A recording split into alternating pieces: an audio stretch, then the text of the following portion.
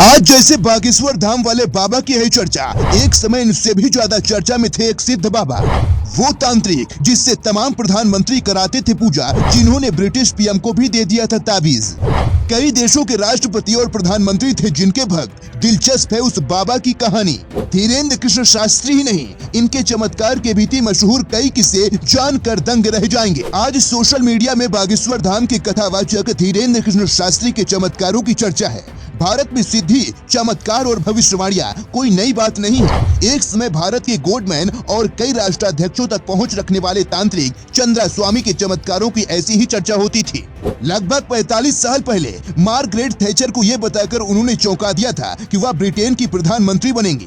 वहां की ब्रिटेन की राजधानी लंदन के हाउस ऑफ कॉमन्स यानी कि ब्रिटिश पार्लियामेंट के छोटे से कमरे में नामी गिरामी लोग बैठे थे, जिनमें थे ब्रिटेन में भारत डिप्टी हाई कमिश्नर के नटवर सिंह, ब्रिटेन की नेता प्रतिपक्ष और कंजर्वेटिव पार्टी की लीडर मार्गरेट थैचर, जो अगले कुछ सालों में पीएम बनने वाली थी। इसके अलावा एक और अहम किरदार इस मीटिंग में था। इसके इर्द गिर्द ये कहानी घूमती है। ये महाशय थे युवा तांत्रिक चंद्रास्वामी। एक तो ब्रिटेन जैसा आधुनिक देश और वहाँ की संसद हाउस ऑफ कॉमन्स या कोई ऐसी जगह थी नहीं जहाँ पर तंत्र क्रिया किया जाए और या फिर किसी के बारे में भविष्यवाणी की जाए। लेकिन उस रोज वहाँ जो चमत्कार हुआ, उसे देखकर दुनिया में आयरन लेडी के नाम से प्रसिद्ध हुई मार्गरेट थैचर सचमुच मंत्रमुग्ध हो गई।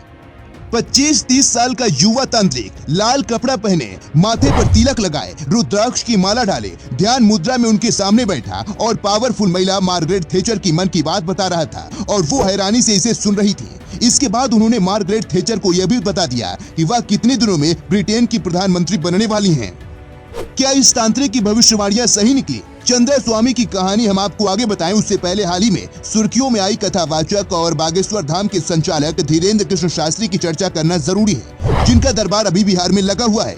धीरेन्द्र शास्त्री दिव्य दरबार लगाते हैं। बागेश्वर धाम से सरकार का दावा है कि वो अपनी कथित शक्तियों से अपने दरबार में पहुंचने वाले महिलाओं, पुरुषों और बच्चों के मन की बात जान लेती हैं।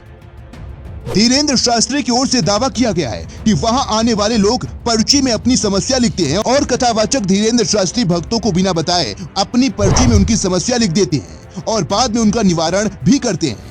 कुछ इसी तरह से चमत्कार दिखाने का दावा चंद्रास्वामी करते थे।